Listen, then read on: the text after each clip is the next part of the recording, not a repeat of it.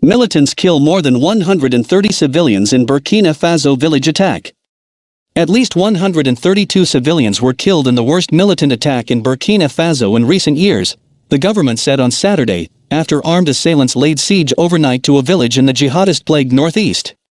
The attackers struck during the night on Friday, killing residents of the village of Solhan in Yaga province, bordering Niger. They also burned homes and the market, the government said in a statement. It declared a 72-hour period of national mourning, describing the attackers as terrorists, although no group has claimed responsibility.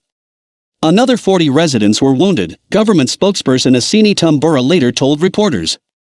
The United Nations said Secretary General Antonio Guterres was outraged by the attack, whose victims included 7 children. Despite the presence of thousands of UN peacekeepers, attacks by jihadists linked to Al-Qaeda and Islamic State in West Africa's Sahel region have risen sharply since the start of the year, particularly in Burkina Faso, Mali and Niger, with civilians bearing the brunt. In May, 2 Spanish journalists and an Irish citizen on an anti-poaching patrol were killed after being kidnapped in a national park near Burkina Faso's border with Benin.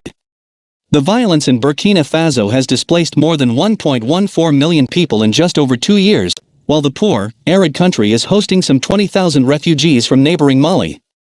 The latest attack pushes the number killed by armed Islamists in the Sahel region to over 500 since January, according to Human Rights Watch's West Africa director, Corinne Dufka. The dynamic is the jihadists come in, they overpower the civil defense post and engage in collective punishment against the rest of the village. It's a pattern we've seen everywhere this year, Dufka said.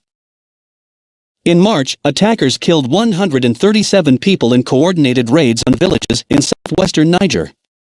The insurgencies in the more than 1 million square mile Sahel region have been emboldened by the wide availability of weapons that flowed south after the 2011 Libyan civil war. Both Mali and Chad are now in the hands of the military. The president of Niger told CNN last week that terrorists roaming the Sahel are now armed with weapons that no non-state groups has ever had access to before.